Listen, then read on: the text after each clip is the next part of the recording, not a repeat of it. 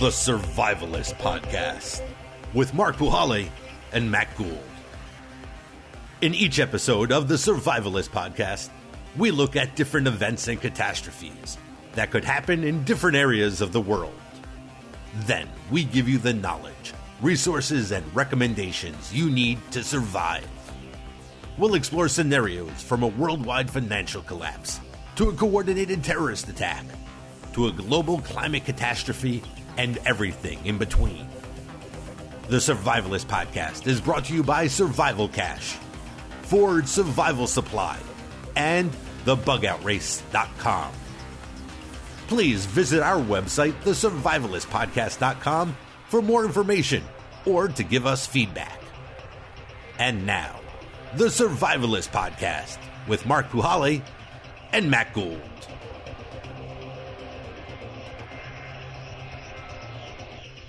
I'm Matt Gould, and I'm here with Mark Puhaly.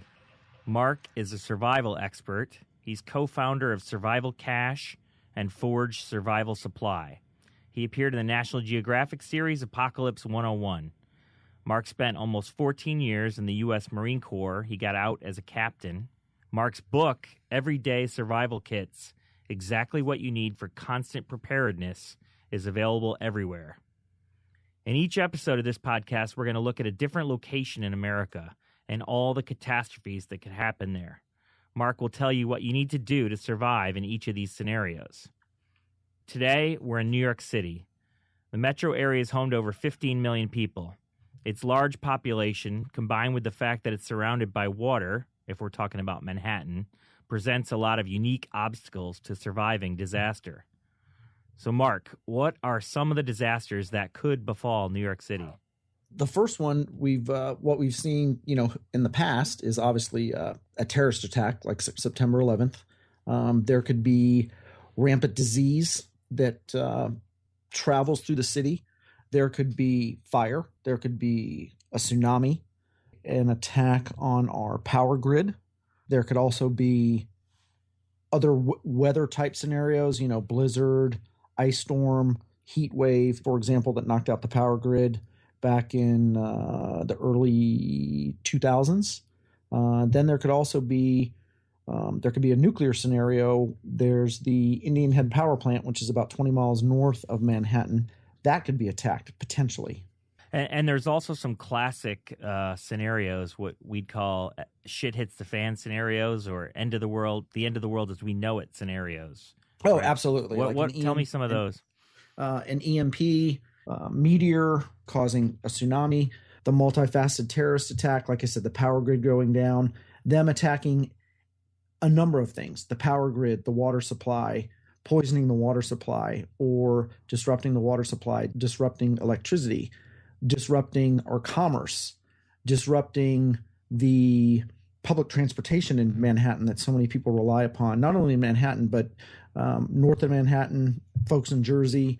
They could disrupt any or all of those things, which would cause, the shit to hit the fan.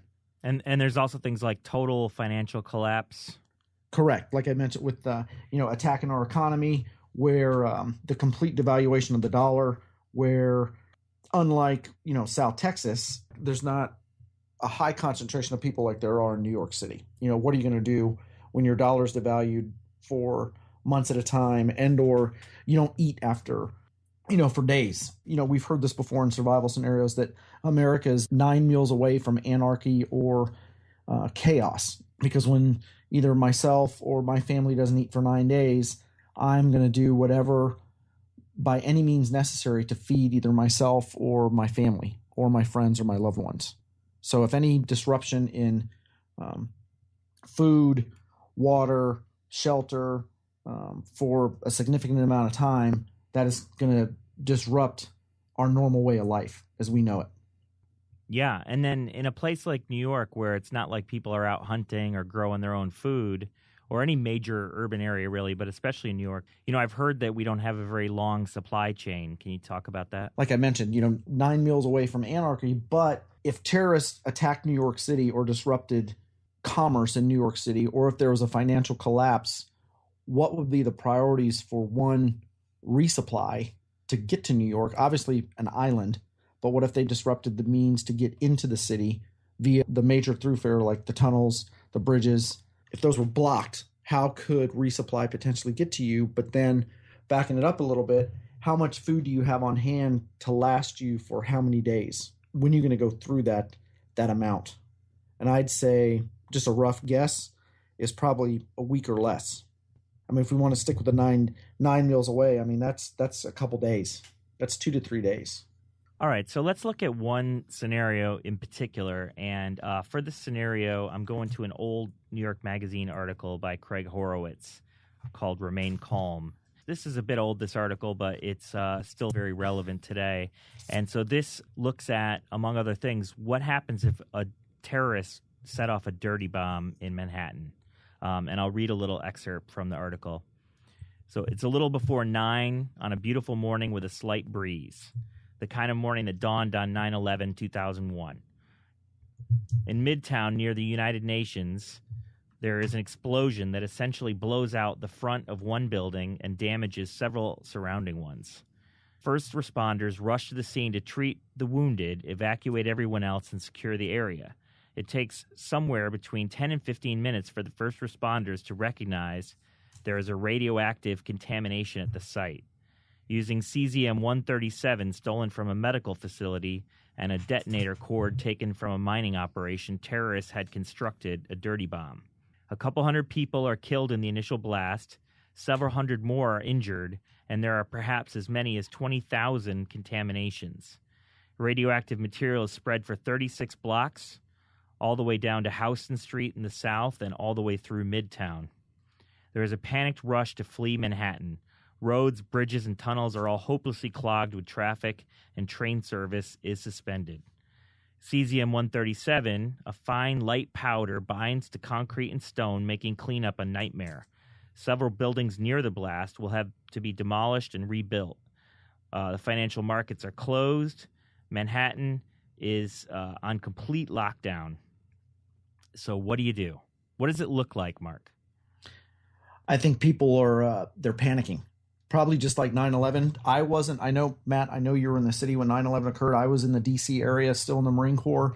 I think people are, one, in a state of shock, first of all. And then secondly, when the first responders find out that this is radioactive material, I think they're going to let everybody know that as soon as possible. But for me, the untrained individual in Manhattan working either close to Midtown or even on the Upper West Side, I'm not going to want to be anywhere near any type of radioactive material, nor anybody who possibly came in contact with any radioactive material. I'm going to want to get the heck out of Dodge as fast as possible.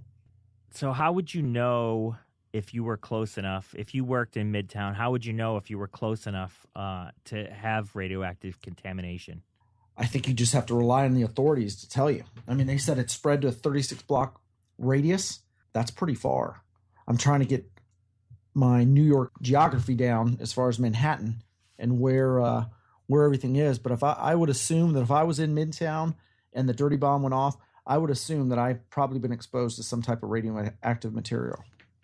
Right. So let's say that this scenario, this catastrophe's happened, and what about law and order? You know, how do you know that the authorities are going to be working? How do you know, I think about Hurricane Katrina in New Orleans when, a lot of the police and fire officials left to take care of their own families, I think.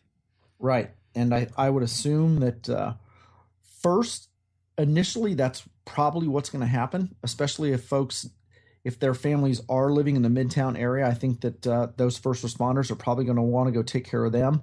But I think eventually, over time, if we go with the scenario here, first responders were on site within 15 minutes, but then how long does it take to get a hazmat team in there? How long does it take to get a nuclear, biological, chemical response team in there? What about setting off cordon areas, decontamination areas, decontamination sites? Someone's going to have to mobilize, probably the military, National Guard, and get in there and set up some type of triage area. They're going to have to assess the dead, the injured, the contaminated New Yorkers and evaluate them, triage them, and then let them know, is there going to be a quarantine area? There's a lot of things that are going to have to occur before things are going to get bad before they get worse. And people of expertise are going to have to get in that area and put plans into action. Like a nuclear biological chemical response team is going to have to be in there. And I don't know from a New York infrastructure standpoint, how well have the police been trained to do that? How well has the transit authority been trained to do that? Have they been trained? One. Two, do they have the gear? Do they have nuclear biological chemical sites? Do they have the radiation detectors to pick up to see if there's any radiation in the area? They're also going to have to set up some type of cordon to, how far did this radioactive material go? Was it 36 blocks? Was it 45 blocks?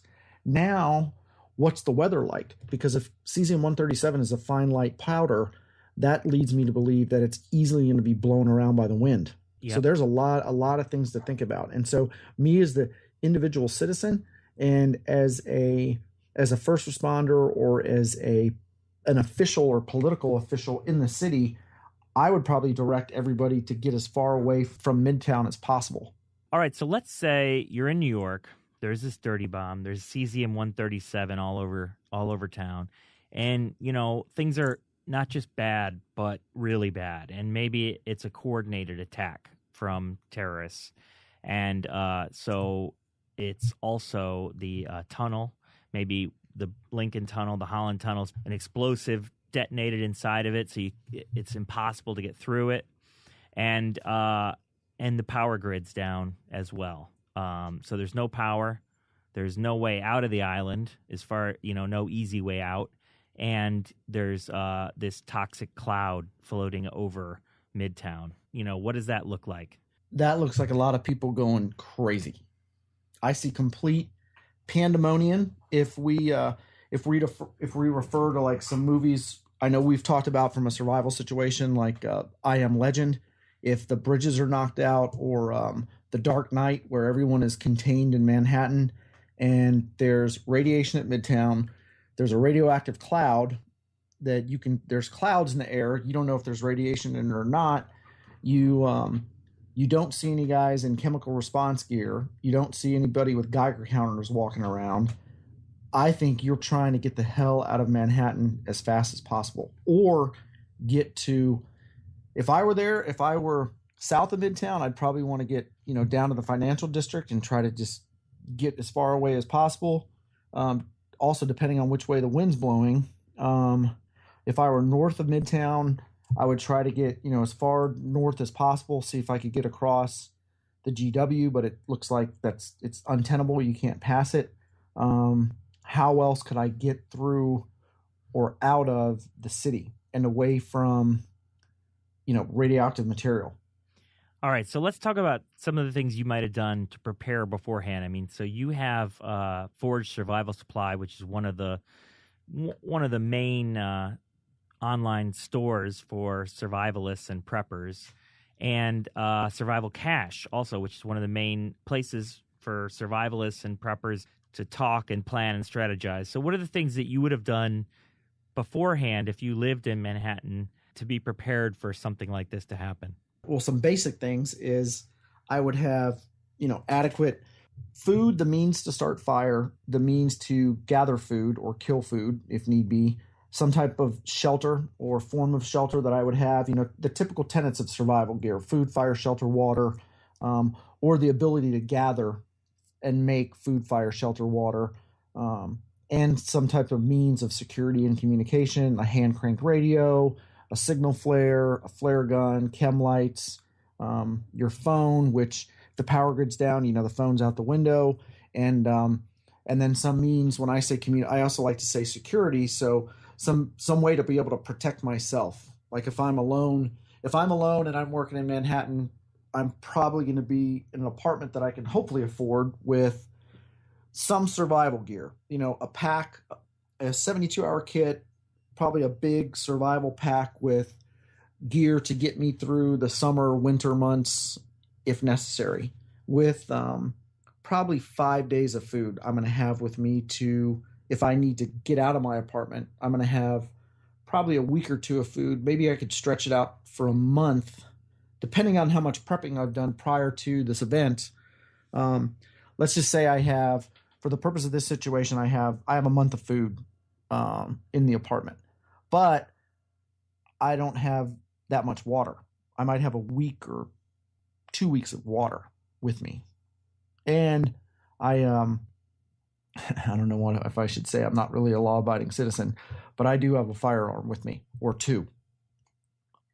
So even though for the majority of people in Manhattan, it's not legal to have a firearm in Manhattan for the majority of people. So let's say you wouldn't have that. What does the food look like? What does a month of food look like? How can you have so much extra? What kind of stuff is it? It's dehydrated food in 5-gallon buckets. That's primarily what it's like, freeze-dried food, like if I were going on the space shuttle. You know, a lot of people think, well, you could just get in your car, or I think a first instinct might just be to get in the car and try to drive out of town. What happens if you try that?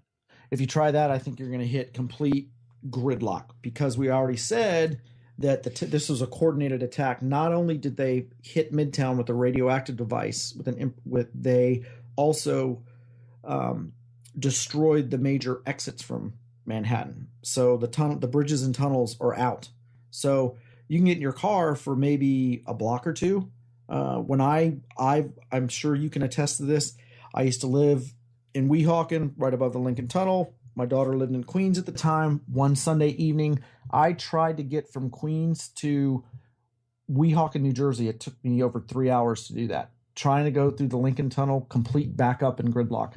Then I tried to go through the Holland Tunnel, complete backup and gridlock. And I would imagine if I would have gone north to try to go across the George Washington Bridge, same thing. So if the first response of everybody is to try to get out, and if that's what officials would be telling them, if I were a terrorist, I'd blow the bridges or the tunnels right after that, probably within 15 to 30 minutes after that announcement was made, to make more pandemonium ensue with the population.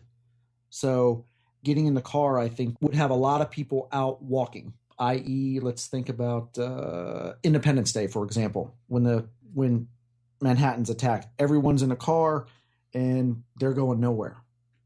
So then in your mind, do I want to go back to my place, or do I want to continue to go north or south and out of the city? And there is the possibility of people getting on ferries to get out of town, but that would also take a lot of coordination. How fast are you going to evacuate 15 plus million people from the city? Right. And a majority of the ferries are at the Midtown. Are they not, right? Through the transit authority? I mean, there's some south, but aren't the majority of the ferries, they're Midtown? There's a lot down on Wall Street too, but I know the ferries can only handle so much traffic, right, and so many trips, and so what's better to sort of bug in or bug out, as they say, and explain what those things are. Okay, so to bug in, I'm going to stay in my place. So for someone like me who's prepared, it wouldn't be. I could probably hold out for a week or two, probably more. I could probably stretch it to 2 weeks plus. That's where I would bug in. I would stay in my apartment. But if I were in a high-rise building and there was radiation blowing all over the place, there'd be considerations for me with bugging in. First of all, I'd want to seal. I'd want to seal my windows. I'd want to seal my apartment to make sure no radioactive material or poisonous material could get into my living area. With that, I'd still have to be able to breathe normal air and get rid of carbon monoxide if I completely sealed myself in to my living quarters. So I'd have to consider that. I'd have to consider my food, water, and not only that, but I'd have to consider, how am I going to get rid of my waste, i.e. my bodily function stuff? Because if everybody's held up and if there's more further disruption, did we say the power supply or the grid? Did we say the grid was going to go down too? There's no power. So if there's no power, how am I going to flush the toilet? How am I going to get water? water can't be trusted. So I'm going to have to worry about getting rid of human waste in addition to staying in a secure environment. Now, if there's this radioactive cloud, that could stick around for 3 or 4 days. But then once again, what about the cesium-137 that could be attached to granite rock? That could still be a problem. So bugging in, I'm going to stay in place. Bugging out, I'm going to grab everything I can carry comfortably, and I'm going to try to get out of Dodge, i.e. I'm going to try to go north out of Manhattan if I can.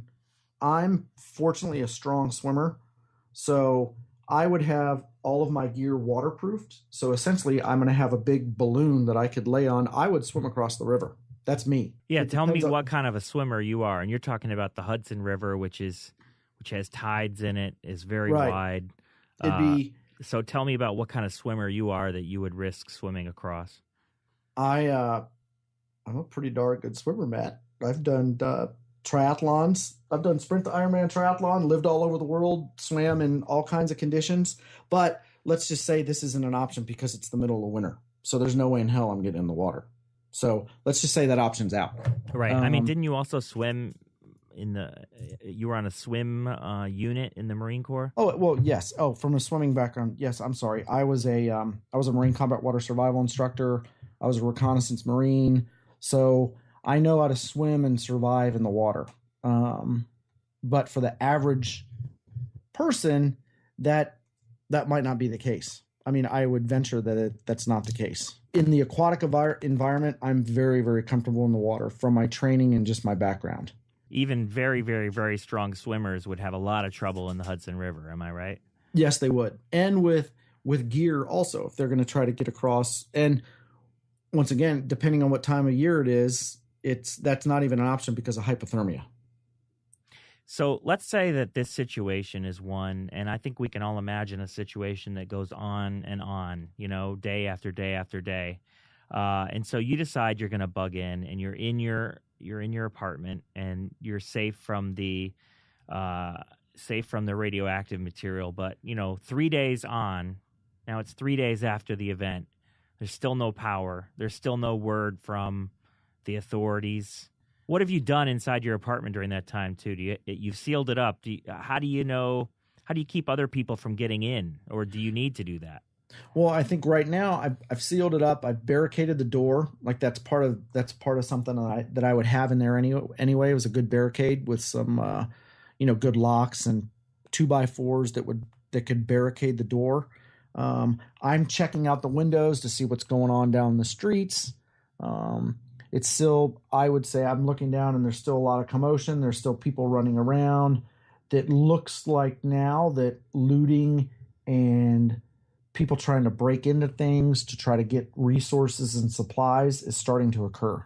And if there's no news from higher authority or from the government about what's going on, I think I would start seeing burning in the streets, rioting in the streets, possibly people mobilizing and coming together to get resources like food and water and weapons.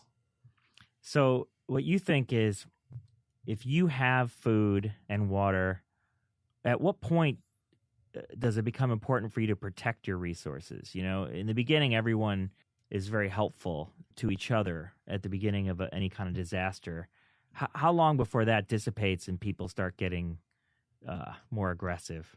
I think when they've reached that they haven't eaten for a day or two, or let's just say they haven't eaten for 3 days, I think people are going to start to get needy and do things that they would not normally do. If we go back to, like we said kind of at the beginning of the show, that we in America, we're nine meals away from chaos. So I think if we keep that in the back of our mind, and let's just say 9 meals, like I said, is 2 to 3 days, then people are going to start worrying. They're going to start doing crazy things.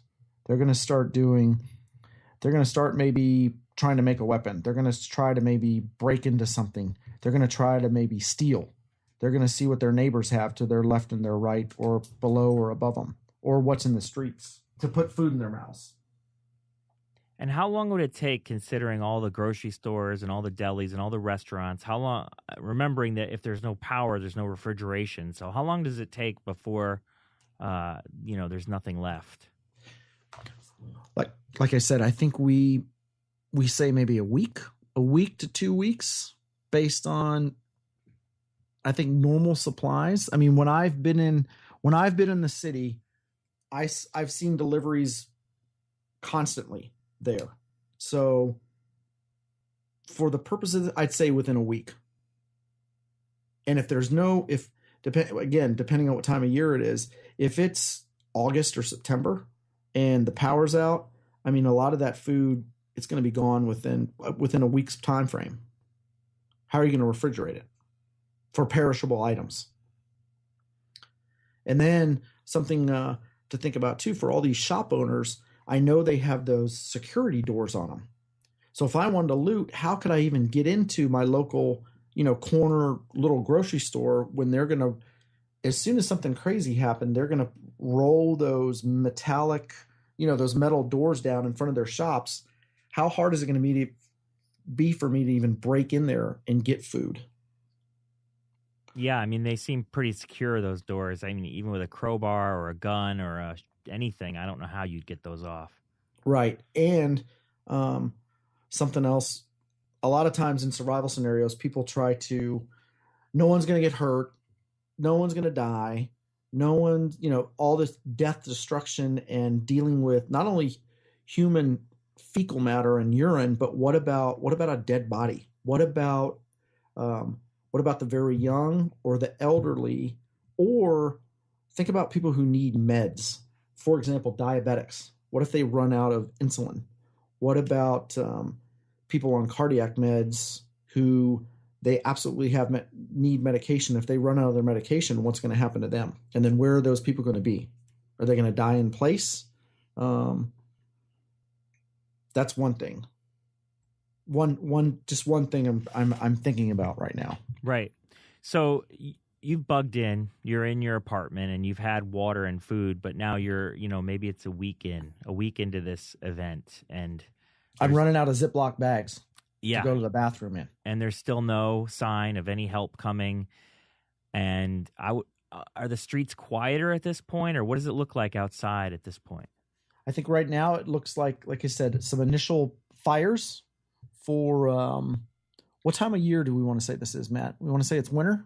Sure. Yes. Winter. Yeah. So it's winter. So I think there's fire, like looking across out of my windows, there's fires from buildings where people are trying to burn stuff and stay warm. There's fires in the streets with anything they can burn to stay warm. And people are trying to hold up indoors, but this week time frame, I think people are going to have to start moving. So they're going to try this mass exodus, but how are they going to get out? And I know you've studied the psychology of sort of mass catastrophe. Is this when are people in groups now, like we see on the shows like The Walking Dead? Are people now, which I think that show I think of as a metaphor for the types of disasters that could happen in real life. So are we seeing people in groups? Are we seeing armed gangs wandering the streets? I think we're seeing a combination of both. I think we're seeing small groups, small family units still, because it's only been a week into the scenario. So I think if I were there with, say, my daughter, my 17-year-old daughter, I would want to keep her safe and covered up from a just from a fatherly perspective. Or if I were still married, like you, Matt, if you were there with your wife and 3 kids, right? Yes. Yeah.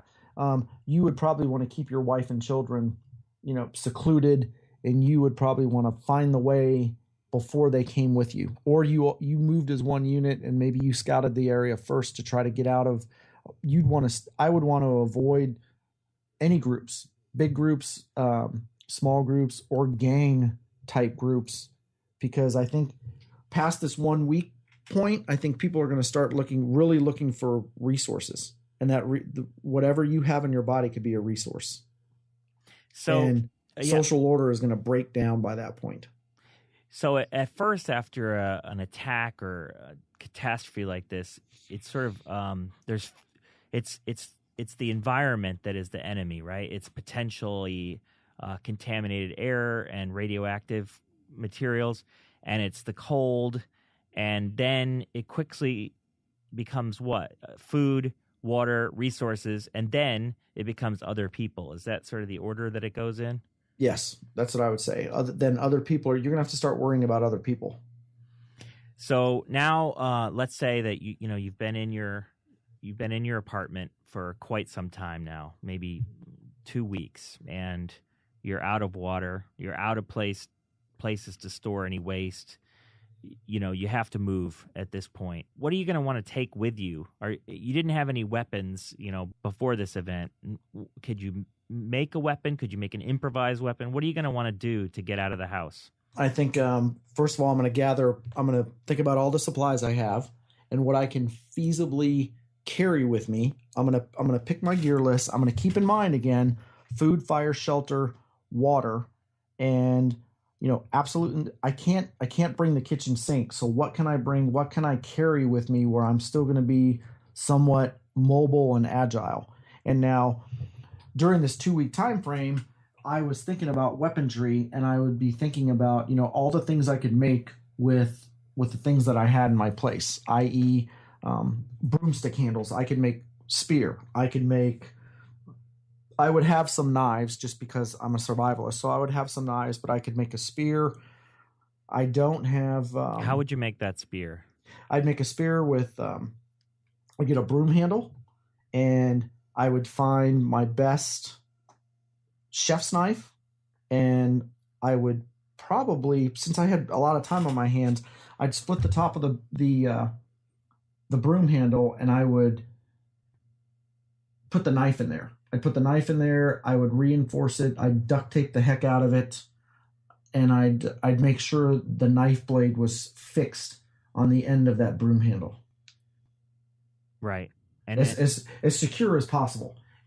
I'm in Manhattan. I don't have a drill. I might have a drill. I might have some knickknack. A small assortment of stuff that I would maybe hang pictures on. So I might have some nuts and bolts. If for the sake of this, I had a battery powered drill in the initial power outage, I could maybe drill a hole through the broom handle. I could maybe punch a hole through the end of the blade and possibly bolt that down at the end of the broom handle.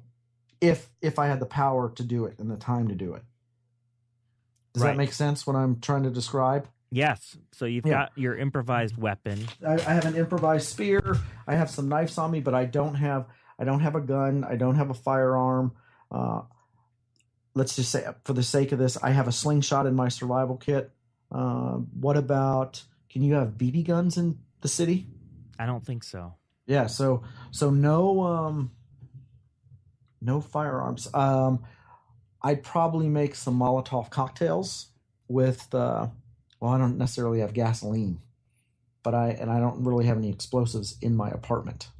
But if I could get a hold of some gasoline and containers, obviously I have soap and laundry detergent and stuff. I could make some Molotov cocktails to potentially carry with me, like an improvised explosive device to have with me in my. But then again, it's all, how much stuff do I want to carry so much out of my apartment where I can barely move, or do I want to be light and nimble on my feet where I could still potentially protect myself and get over obstacles if I needed to. Because think about it, the streets are going to be full of vehicles. So maybe even the sidewalks are covered in vehicles. So you might have to be maneuvering while you're winding your way like out of the city. So what are some other things? What are you looking for when you get out? Are you thinking, I guess you said you want to go to the north, so you're thinking you've got maybe 10 miles of very dense, maybe 15 miles of very dense urban area to get out of. Right. And how are you moving? Do you go at night? Do you go in the morning? I'm going to try to go at night. I'm going to try to access things that I know that I'm going to try to access the subway at night. and not even at night. I mean, I could access the subway during the day to move, but I'm also, before I move, I'm going to try to watch and see where when is the city most active? Is it most active in the early morning, at noon, in the early evening, or is it the most active at night? Where I'm going to try to do some good observation where I want to move and I don't want to be detected if possible. So first I'm going to do some reconnaissance and see, when is it the busiest? When are people moving? When are these groups and or gangs moving around the area? And I want to try to avoid them so I can avoid detection. I'm going to try to get out. I want to get out of there on my own, if possible. We didn't talk about like linking up with any neighbors or if any neighbors came by the place. We just, for the sake of this and time, we won't. But I'm going to try to go it all alone in this scenario. And I would use the subway, or I'd try to even get into the sewer system. But the sewer system, I don't know. But subway maps are all over the place. Yeah. So what do you mean about that, getting in the subway? What are you talking about? I would get in the subway tunnels, and I'd use those to navigate my way north instead of being on the streets. And why would you do that? To avoid detection, to avoid getting in touch with a potential hostile group that would try to kill me, try to take my gear. Like, hey man, there's a guy walking with a pack with, cold weather gear on, survivalist military type gear on. Let's try to steal his shit and see what he has. Yeah. So I would try to avoid detection if at all possible. And if you have run out of food at this point, is there food you could find along the way? How long do you think it would take you to get this 15 miles out of town? It could take a long time, right? Because you can't go very fast. Right. Depending on how much stuff I have with me, I can't go very fast. I have to avoid detection, so I can't move too quickly. I'm going to be on foot. Maybe I could get a bike, but if I got a bike, the likelihood of riding in the street would not be ideal. What if I got a motorcycle? Again, how cluttered would the streets be where I couldn't even ride it? And in the subway, it's not like I could ride a bicycle in the subway. A motorcycle, maybe, but again, how could I get a motorcycle down there? And I'd have to hotwire it. Let's say a dirt bike.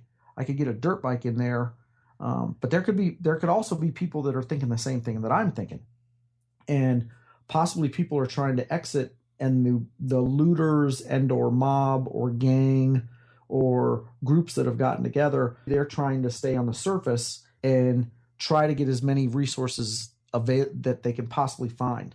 I think that they would go up and try to go from house to house and door to door or store to store to still trying to find resources. I don't necessarily think they would try to go down to try to find anything. Right.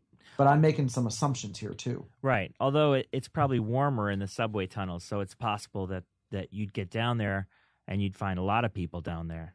Correct. I mean, that's true. I mean, I could come down there and there'd be a lot of people down there. But remember, we're talking about the 2-week plus time frame, so all that warmth could be gone by this point. But it could still provide insulation being below ground, especially with a lot of people. So there's the other scenario. Maybe try to get down there and blend in and make a slow movement. But again, if you're carrying a lot of gear, people are going to want it. If people aren't eating, if they're hungry and thirsty and you show up like Santa with a big bag on your back, I think they're going to want to take it. In fact, I know they would. Right. So is there any thought to maybe just go with absolutely nothing and just try to move as fast as you can? I mean, except a weapon, maybe? That's another potential thing. You maybe go as incognito as possible. Go disheveled. Go like a bum. Like you have nothing to provide to anybody. And maybe you have an overcoat where you can conceal something. You can conceal things underneath, like outer garments, basic, like we'd have, like if you think of a pilot has a survival vest, right? Where if they have to eject from a plane, just like in this scenario, you could have a survival vest of your own that you could conceal under, an outer garment, especially if we're saying this is winter, that you could have survival items throughout your clothing that camouflage that no one would know. And you have to get to an area where you could use them, i.e., start a fire, try to gather food, etc. You're not going to do that in the subway, but maybe you'll try to. But if you start a fire in the subway, again, you're going to draw attention to yourself.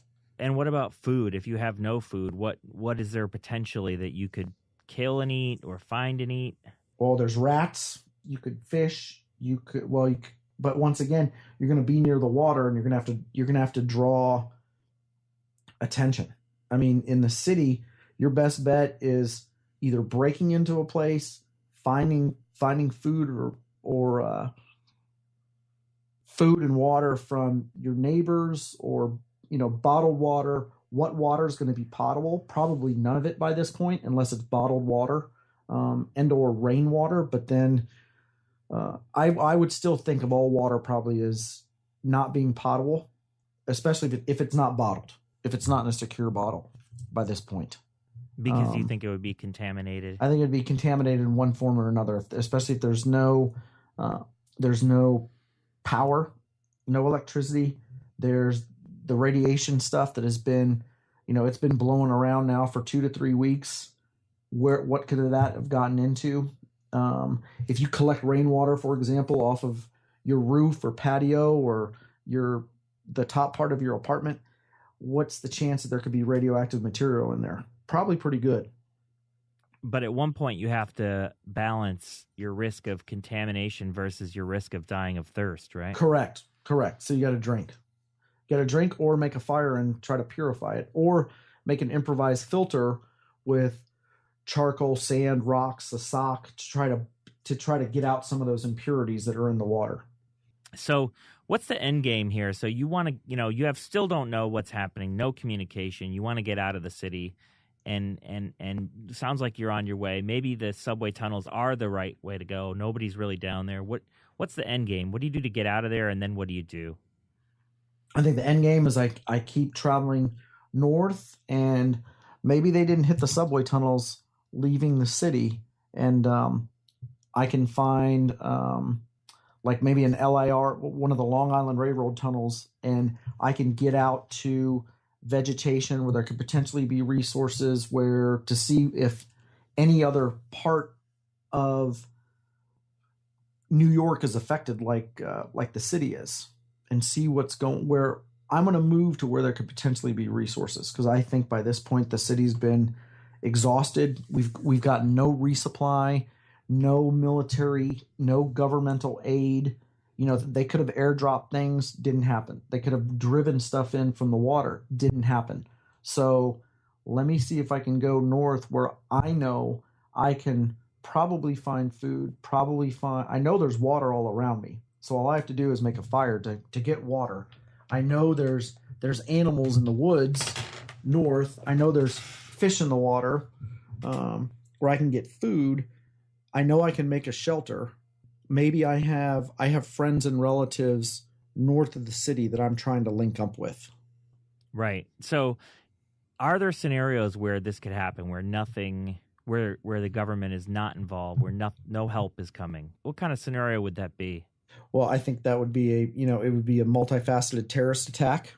It could be an EMP, which could just completely disrupt all power supply. But I think we still have contingencies. But then I think it's like we talked about earlier, Matt, where me as the first responder or as the military guy on the ground, am I going to stay at my post, or am I going to go see what's going on with my family? If this has affected everyone in the United States, for example, am I going to do my job, or am I going to go take care of my loved ones? And so with that, how many people are going to be at their post? How are they going to effectively communicate?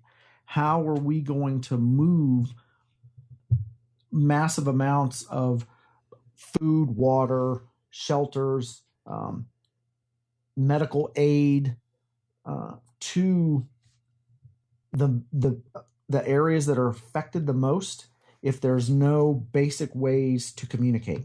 If it were some kind of total shit hits the fan moment like we've been describing, and your main goal is to just get out of town north, whichever way you can, out of the city as far as you can to where you're out in the wilderness, right? So that you can hunt and fish and drink water and just support yourself like that. Is that correct?